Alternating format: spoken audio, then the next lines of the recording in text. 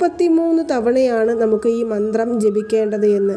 എഴുതുകയാണെങ്കിലും അതുപോലെ 33 തവണ തന്നെയാണ് എഴുതേണ്ടത്.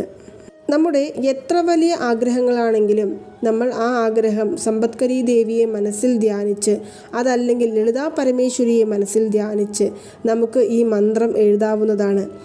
ചിലരെങ്കിലും ചോദിക്കുന്നുണ്ട്, ഗുരു ഉപദേശമില്ലാതെ ഈ മന്ത്രങ്ങൾ ചൊല്ലാൻ സാധിക്കുമോ എന്നല്ല.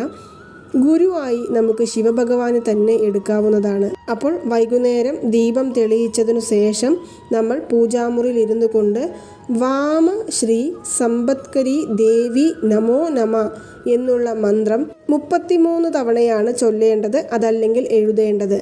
അതിനുശേഷം നമ്മുടെ പ്രാർത്ഥനകളെല്ലാം ദേവിയിലേക്ക് സമർപ്പിച്ച ശേഷം നമ്മൾ വിശ്വാസത്തോടു കൂടി തന്നെ നമ്മൾ തുടർച്ചയായി 7 ദിവസവും ഇതുപോലെ എഴുതി വയ്ക്കുക. ഈ എഴുതിയ പേപ്പർ പിന്നീട് എന്തു ചെയ്യുമെന്ന് പലർക്കും സംശയമുണ്ടാകും.